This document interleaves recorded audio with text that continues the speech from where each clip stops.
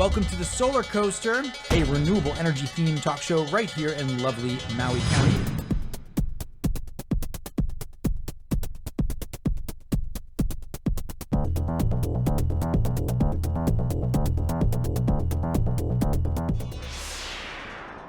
Aloha and welcome to the Solar Coaster live show. I'm here with a brand new friend, guest, Mr. Mark Kolesar. Did I say that right, Mark? Is it That Kolesar? is correct. That is how it's said.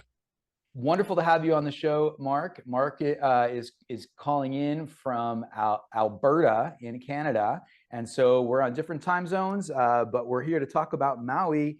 And Mark, I understand you're a part-time resident of Maui, so this environment is something you know very much a lot about. I am actually. My wife's actually originally from California, and we bought property on Maui. We've been there for about 15 years now, so we try to spend as much time there as we can. So we're very much part of the Maui culture, probably more so than most people who haven't spent very much time there. We try and spend as much time there as we can. I totally get it. I totally get it. It's great. So we've been here for a similar time period since about 2008 and raised our family here. And it's been a real privilege, to be able to call Maui home. But so, whereabouts in Maui do you live? Are you up country? Are you in South Maui? We're in Kihei. Oh, gotcha. So okay. we're at the north end in a residential condominium complex, and if you know where Sugar Beach is, Yeah, we're kind of there. yeah, nice spot. Yeah, nice It's spot. a nice area. It's I've lived in nice. Kihei Yeah. from a long time ago. I lived in Kihei for a few years, and we had a condo right around the corner from you, actually. And since then, I've lived mostly up country in different environments, from Makua to Haiku. Now I'm in Keokea. You can see on this map over here, right about there.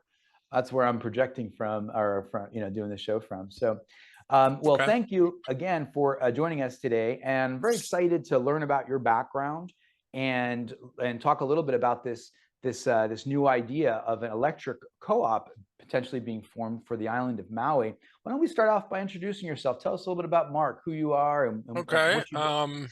Yeah, I spent most of my career working in the public utility sector, one way or the other.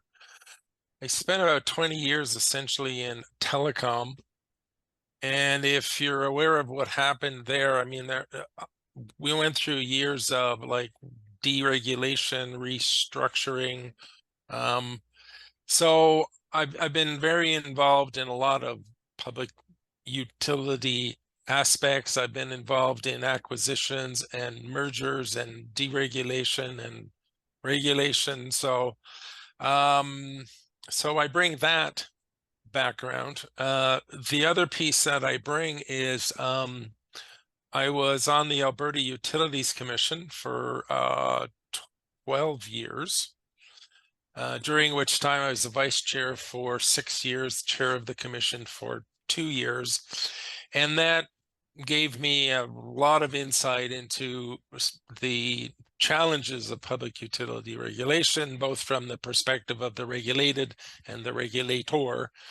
So I was asked by Leo to join the board because he was aware that I brought quite a bit of background that he thought, and I basically agreed, would be very helpful.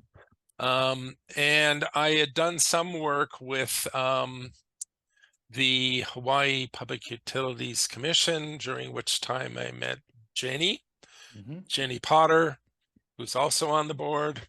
So she encouraged me as well to take part on the board, and I'm actually very interested in hopefully being able to make this approach to a cooperative work. I think it's a really great idea, and I think it's really suits the culture and the nature, and in fact the structure of the industry on Maui. So thank you. I'm interested. I'm excited for it. Yeah, I'm excited too. I mean, this is something, when I think about the past, my experience in Maui with energy, I feel like this really could be a great fit. And I think you said it best right there. It's a good fit for the culture, which is kind of an interesting thought. So it's a very unique kind of time in front of us. Now, we talked about what a co-op is on some of the previous shows. We've talked about kind of ways of even thinking of it from the Hawaiian perspective a lot with Leo, and then Doug gave us a sense of the opportunity, this window of time where there's this potential for an amicable transfer of the utility infrastructure from Hawaiian Electric, from Maui Electric, and to form this cooperative. So when you think about this right now, I mean, you said you had a background in the acquisition, in M&A activity in this space.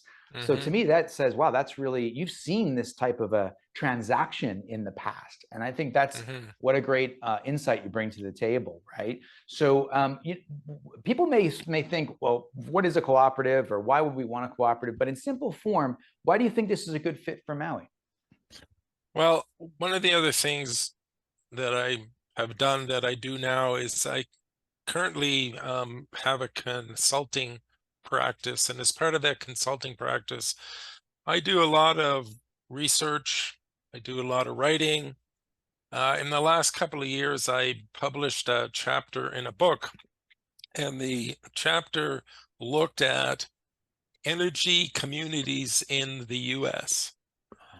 And I think most people don't understand the degree to which community energy, either in the form of a cooperative or a much smaller, highly localized organization, people don't realize how much that's actually happening throughout the US. I would expect that most people would be quite surprised to hear that 42% of electric distribution lines in the US are actually owned by a co-op.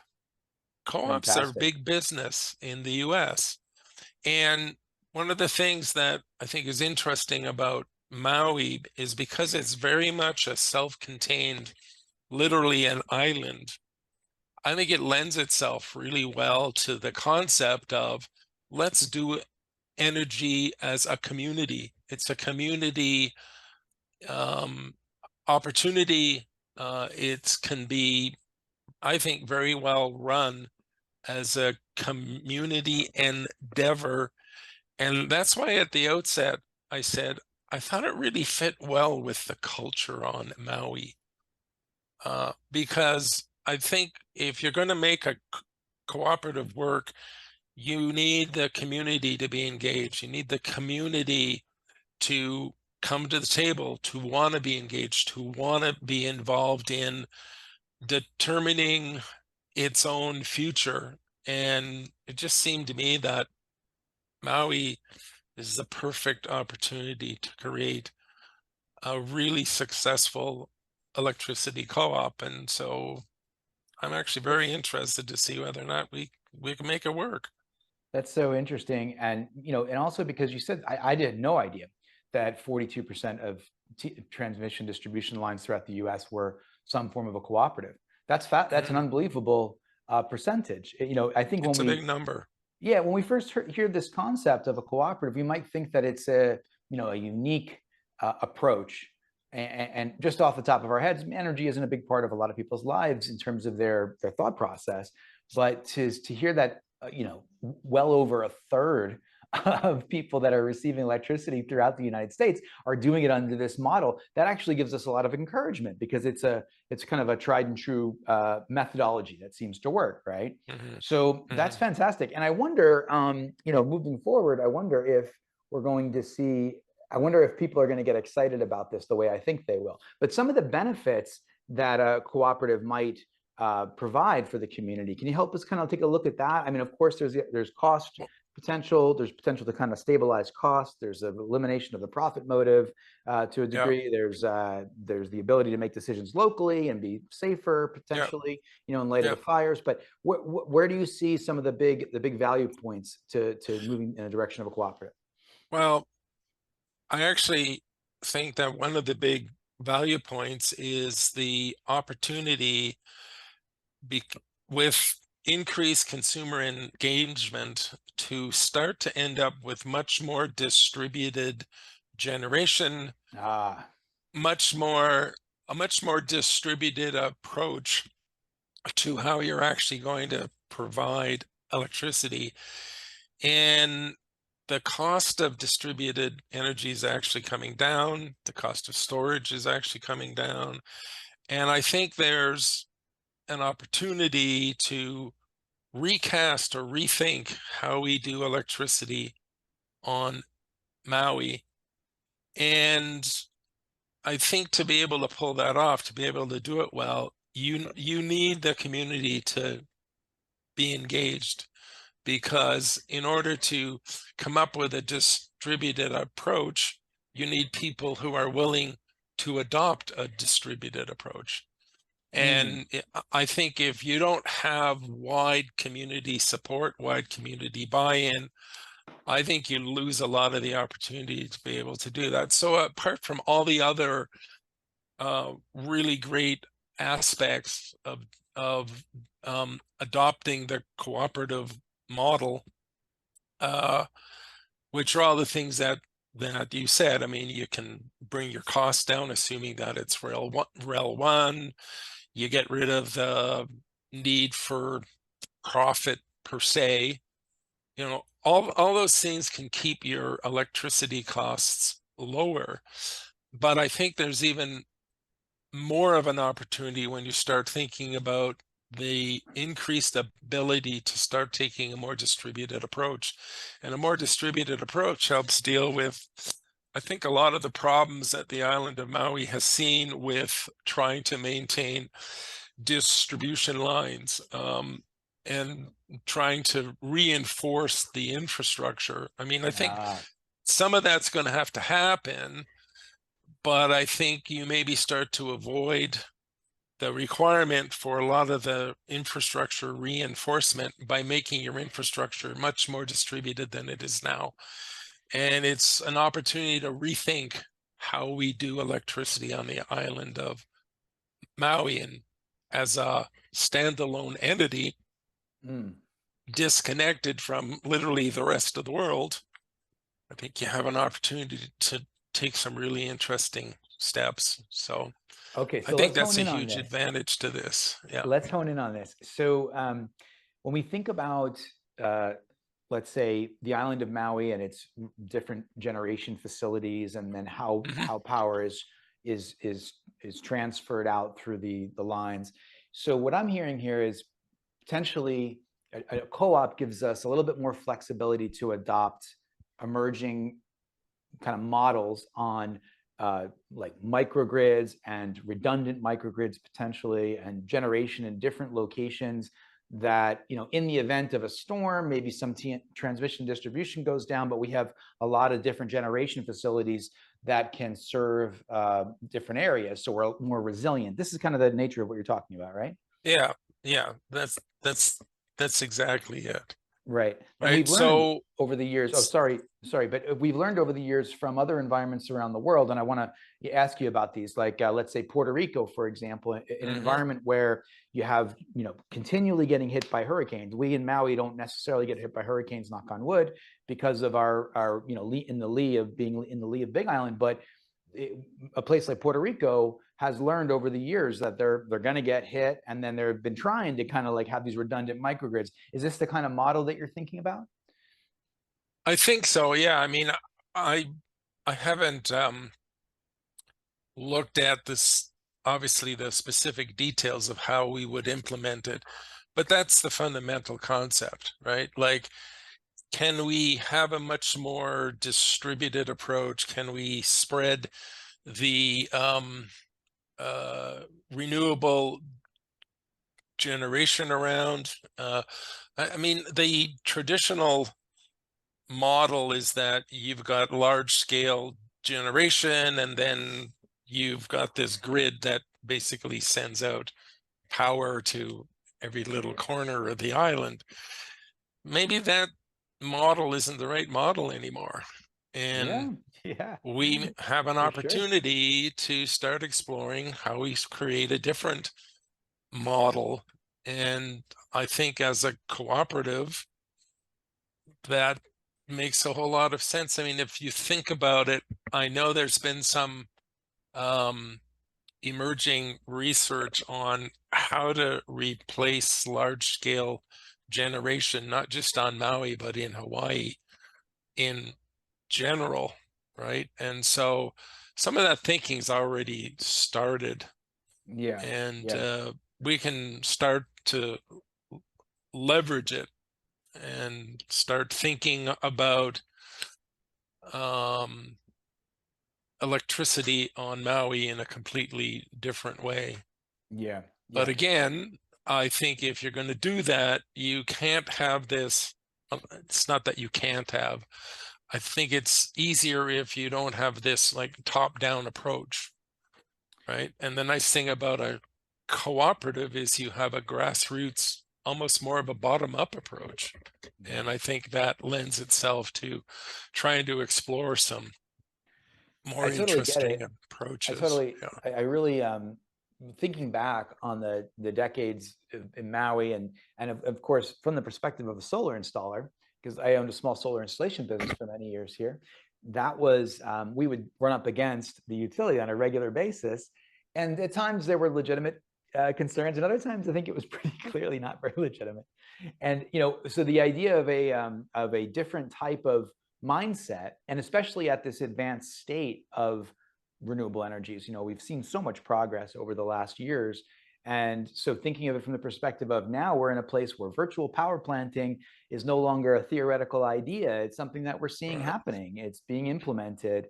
And we've got a lot of room for there's a big appetite for solar and battery and for people to install them on their homes. But of course, there are certain circuits that have been saturated or closed out over the years. I myself, although I installed hundreds of NEM systems, I have a self-supply system, for example, and I couldn't, I take all that extra energy and contribute it to the grid in my sector until some changes are made. So maybe there's opportunities to just, increase the capacity of that particular sector or circuit, and then bring more people on the grid. I think you're going to see a really kind of robust appetite in the community for adopting solar when people can, and adopting those type of systems for their homes. But you're probably also thinking about commercial, industrial, and even utility, and a combination of all these assets pooling together. Is that right? Yeah, no, and I mean, when you start thinking about commercial and industrial on Maui, there's not a lot of industrial anymore. Right, right. There's certainly a significant amount of commercial. I think there's some opportunities for localized energy trading. Oh, okay.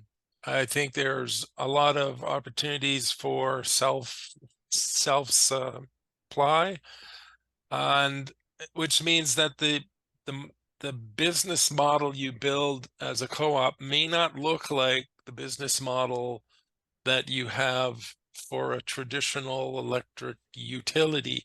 And so we need to rethink what that business model looks like, and what aspects of all that, what aspects of self-supply, what aspects of behind the fence generation, what aspects of localized energy trading, what aspects of virtual power plants does the cooperative want to be engaged in, and in what way, right? Like, some of what the co-op may end up doing is largely being a facilitator of some of these aspects actually happening, as opposed to a traditional provider of electricity, right? It is an opportunity to really rethink, what does that electric utility model for Maui look like? And it doesn't have to be a traditional, I'm going to provide you electricity over distribution lines.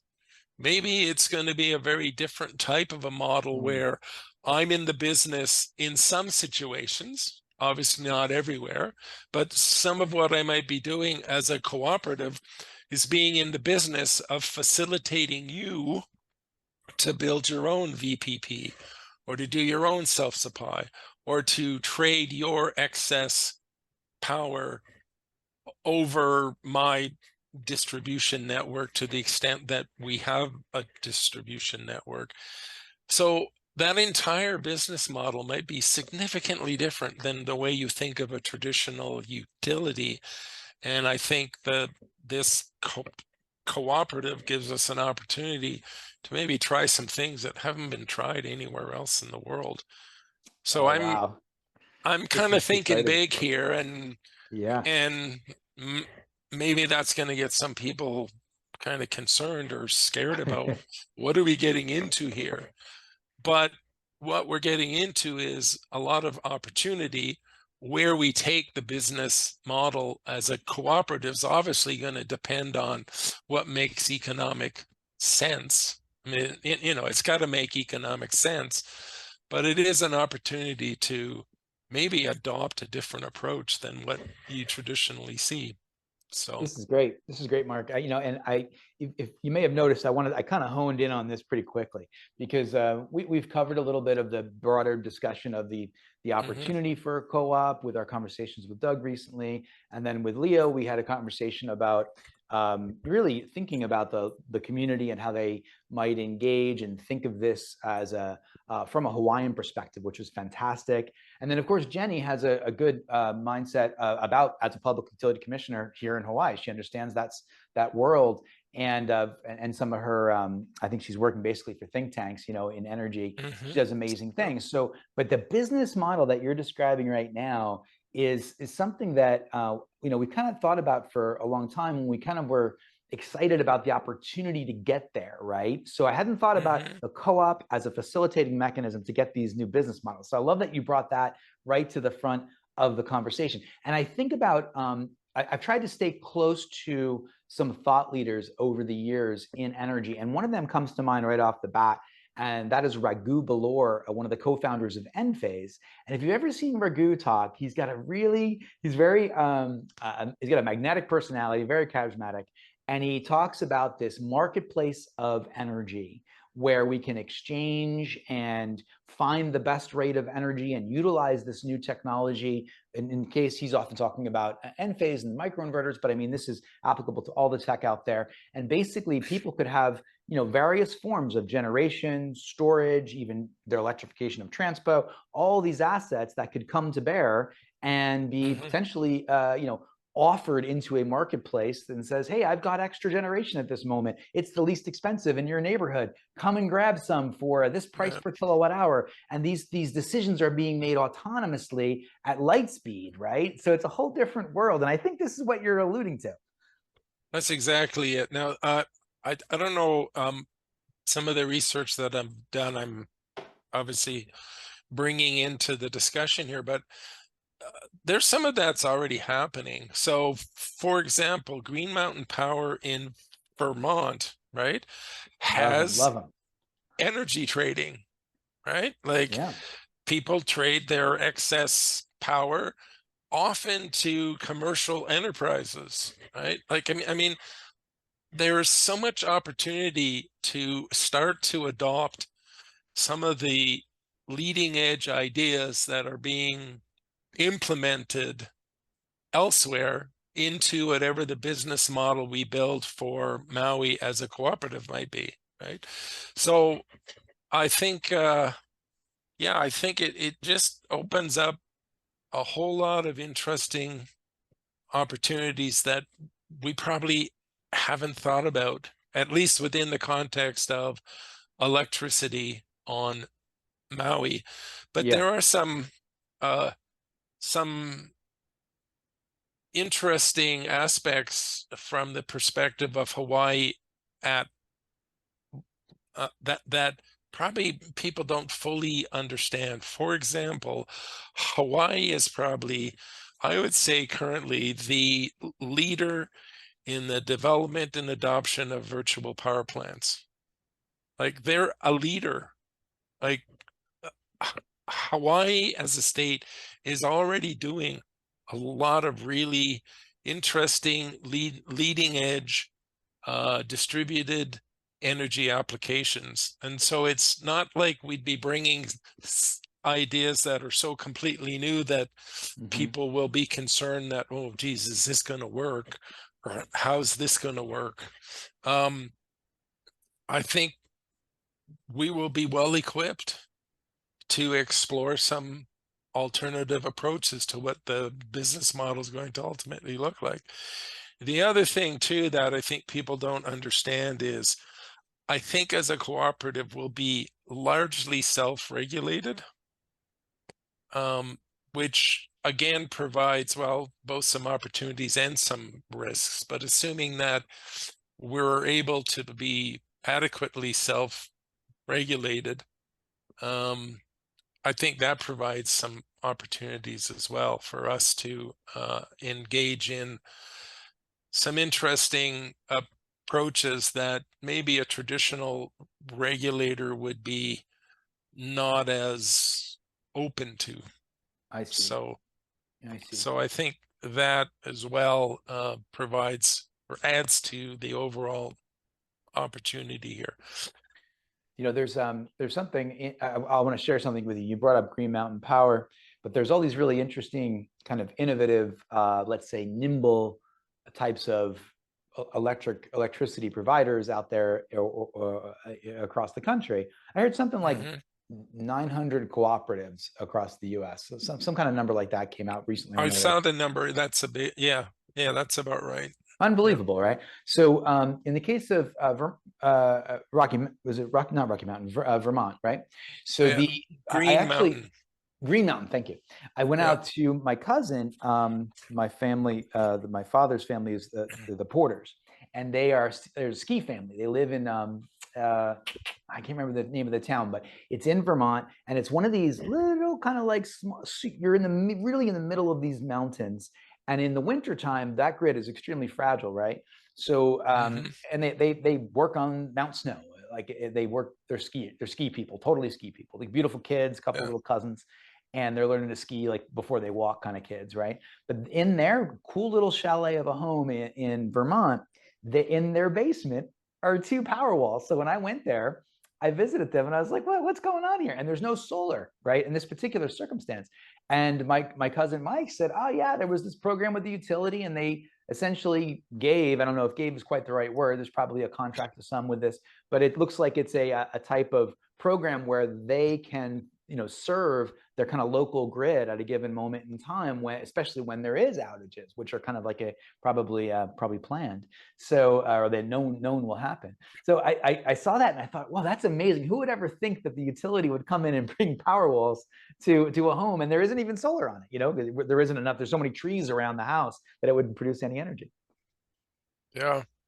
And it could, you could see that kind of thing, maybe something similar with a relationship to the utility in Maui, or or its own version of that. Absolutely. Yeah. I mean, that's the kind of interesting ideas I think that we would have an opportunity to at least seriously explore, right? And then obviously the membership of the cooperative would have to be,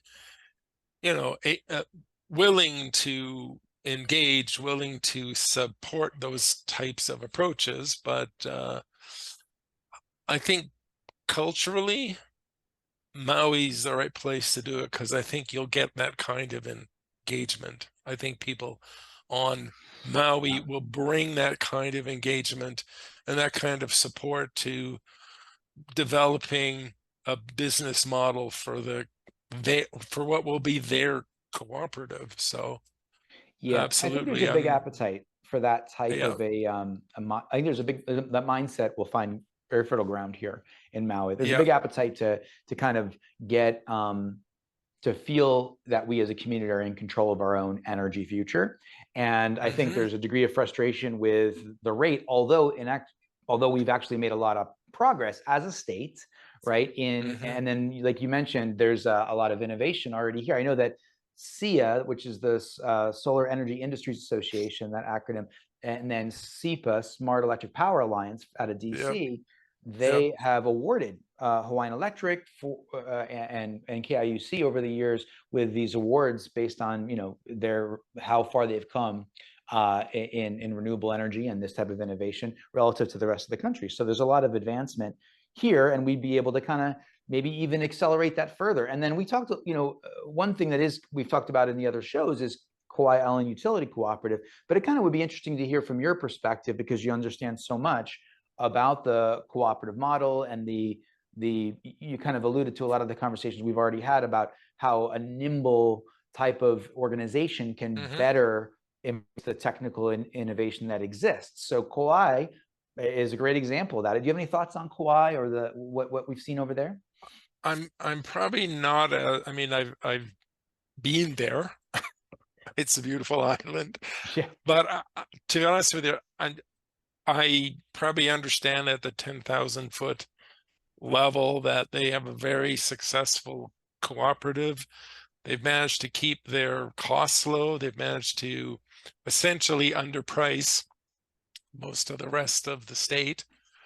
I think it's just a really well-run, well-managed cooperative, and I think it provides an opportunity for Maui as a cooperative to learn from them and try to pattern some of what we do on Maui after the success that we've seen there. And I believe they're very open to giving us as much information and support as they can. I mean, I think we'll be able to work with them. The other thing I think that we're going to have to do is think about, like, what other strategic relationships do we need to forge? As a cooperative, I think we're going to need to develop some strategic relationships. And I think one of the strategic relationships that we need to maintain and that we don't want to potentially scuttle would be a strategic relationship with HECO. I mean, just because they spin us out and we end up becoming a standalone cooperative, I think having an ongoing productive, positive relationship with HECO would be very valuable. But there needs to be value on both sides, right? So things that we learn, things that we can bring to the table that HECO can perhaps benefit from, I think would help to forge that type of relationship. And by the same token, we should be able to learn from them and see what they're actually doing and have even just an intellectual, informational exchange with them so that we can learn from each other as we start to develop whatever the world looks like after we set up our co-op. So That's a great point.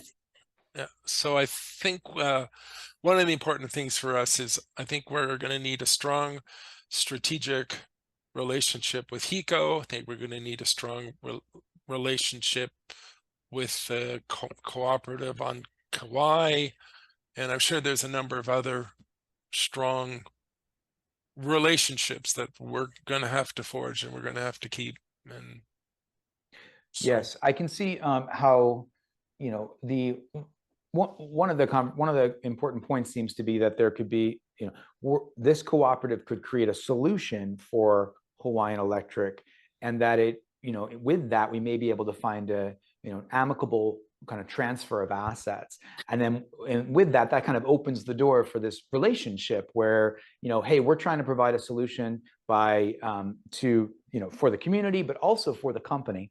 There's a way for this to be beneficial to the company in terms of its future survival, and then maybe there's a focal, maybe they can focus, Hawaiian Electric can focus more on Oahu, and who knows about Big Island and how that takes shape, but to really accomplish what is a very challenging goal for Oahu, because there's limited land to be able to get to the renewable energy mandates that Oahu has in place. So that's a very interesting way to think about it, like a almost a you know, a think tank over here. We're going to try different approaches, get different things done, and we're going to share with you what we learn, so you also can be successful in that endeavor. So I like that idea. You know, I think that there's a lot of goodwill and camaraderie from Kauai. You know, we've had a number of leaders from KIUC on the show over the years, and you know, it was always inspiring to see the type of steps they were taking. What I understand at the moment is Kauai is in 2023 they had the rates actually were the lowest in Hawaii,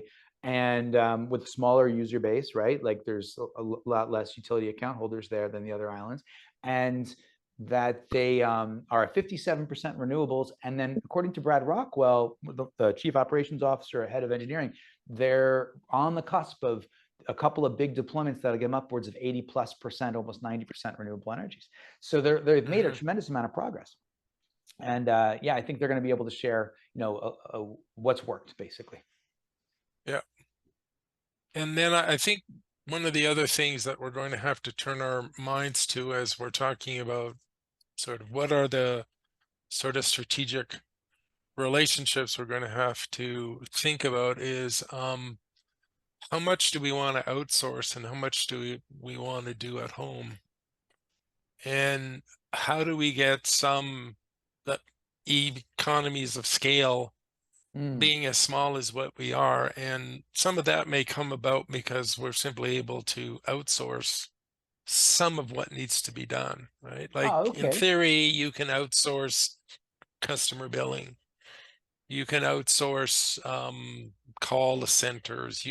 There's a Oh, lot of interesting. things that you Interesting. can outsource, um, and probably be able to do it much more cheaply because we simply don't have this scale to be able to support all of that. And so I think we need to be mindful that we should keep as much employment on the island as we can, Yes. but at the same time, it needs to be viable. And there are some things that maybe it just makes more sense for us to outsource. And if you think about the way everything is going, everything's being outsourced now, right? Yes. This is going to be this is a tricky part of the conversation, I think, because It is you know tricky. when you think about Hawaiian Electric, it's kind of a Right.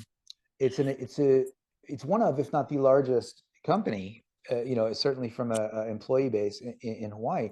And so, when there is really in an island environment, there really isn't an us and a them, everything's kind of a fabric.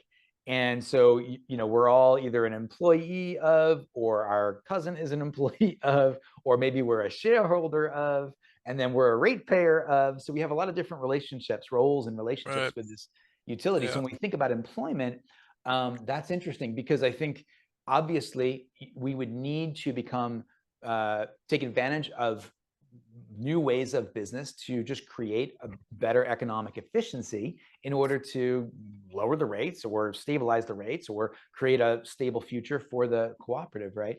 But at the same time, we want to make sure that we, provide good jobs to the people that are working for the utility presently. So that's going to be an Yeah. interesting balance.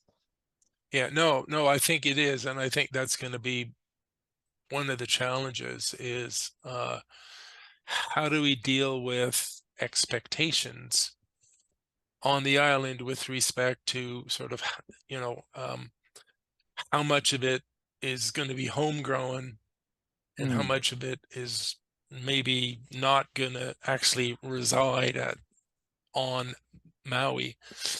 And I'm sure people have expectations, and we'll have to really carefully think about how we want to structure in order to keep as much of the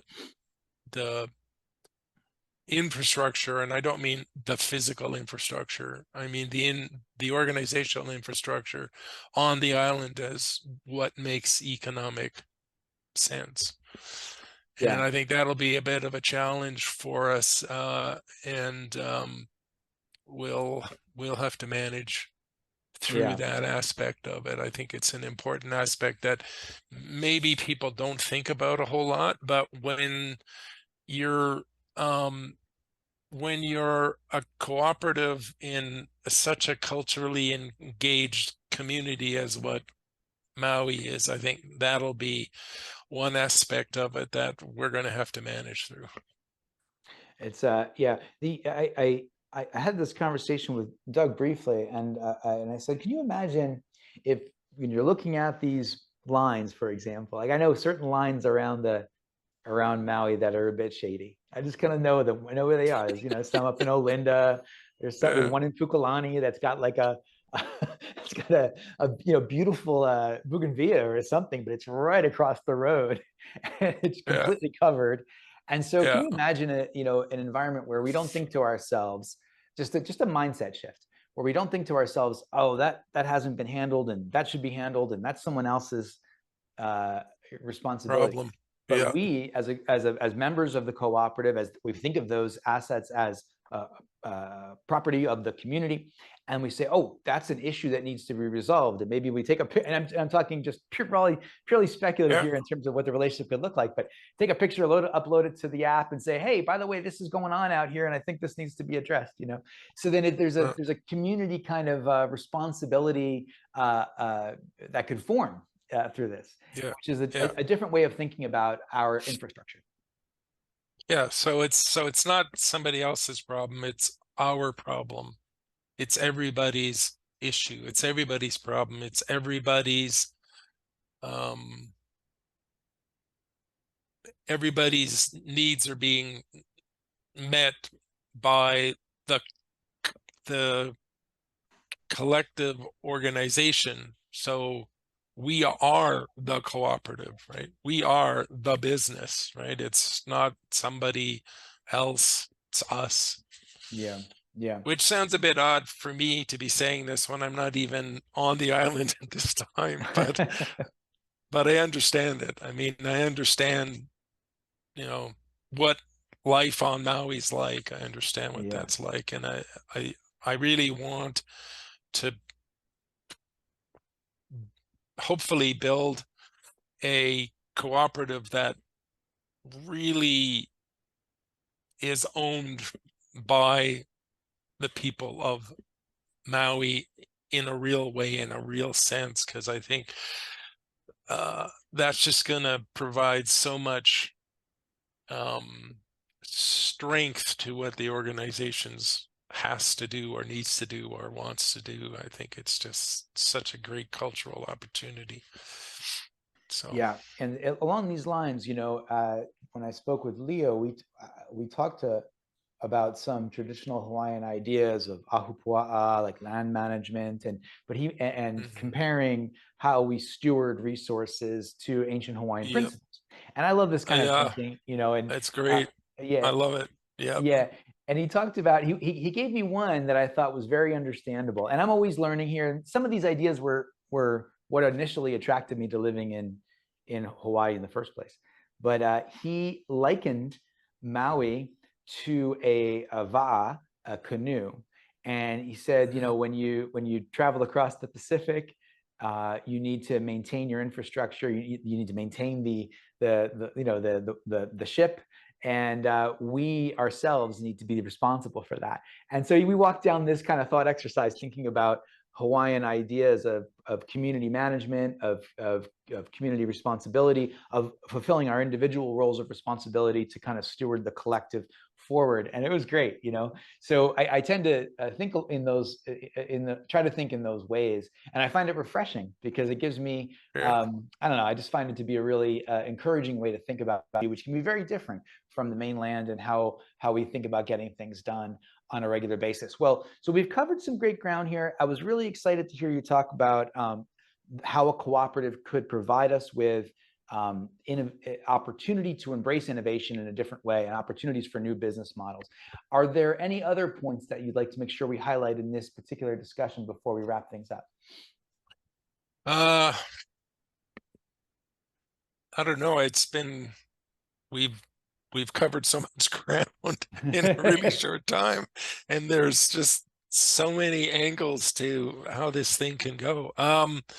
Yeah, I mean, I'm maybe struggling a bit to think of anything else to add to the discussion. But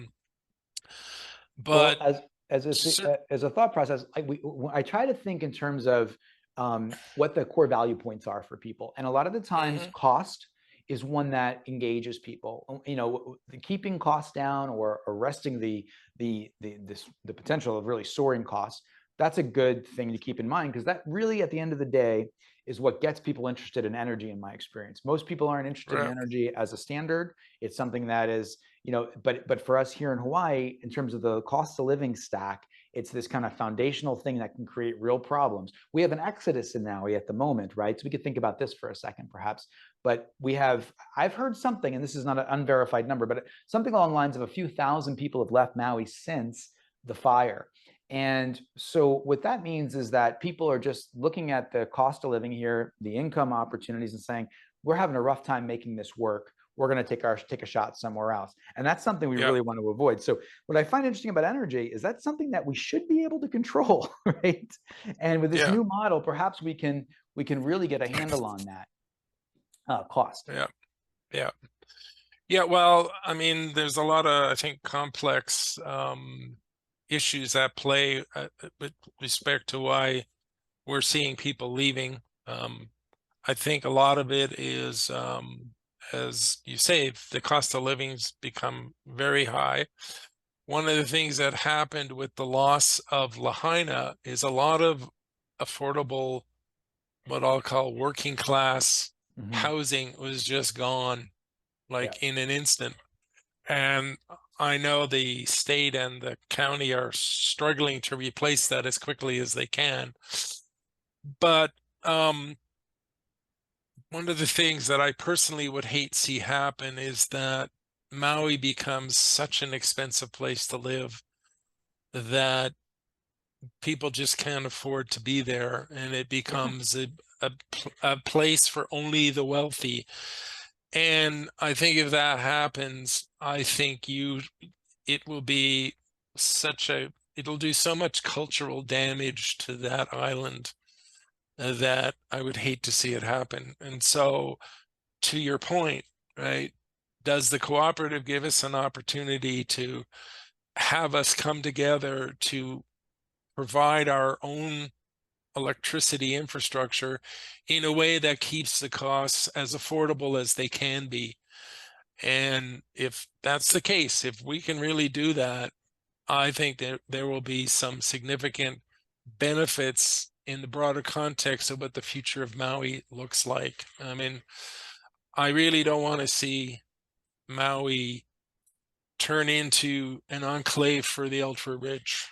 I want it to be what it is now as much as possible. And coming back from the loss of Lahaina, I mean, I think it's going to take years, and it's going to be pretty hard to do.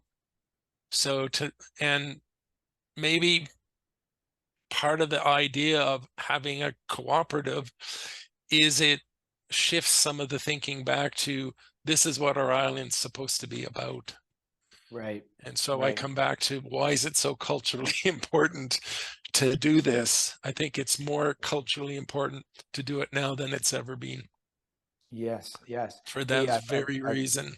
Thank you for that. It's probably a good note on which to close it. We had similar conversations with the other board members about how this forming of a cooperative could be a unifying experience for a community that is somewhat fractioned at the moment, if I could say that, fractioned, but it's kind of fractious. Fractious. So it's in an environment where there are a lot of kind of competing ideas, and people are frustrated, and it would be wonderful if energy could be this kind of horse that we ride forward together on, or as Leo put it, a canoe where we work together. So I love that idea. Well, it's been a real pleasure to speak with you, and I'm really glad that you are on the board with all of your expertise.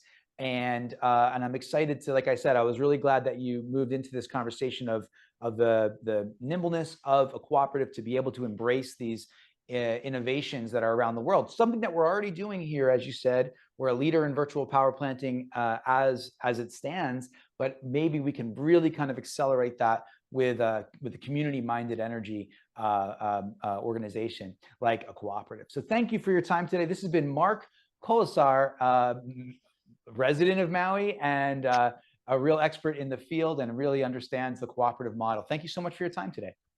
Thank you so much. It's been fun. All right. It's been good.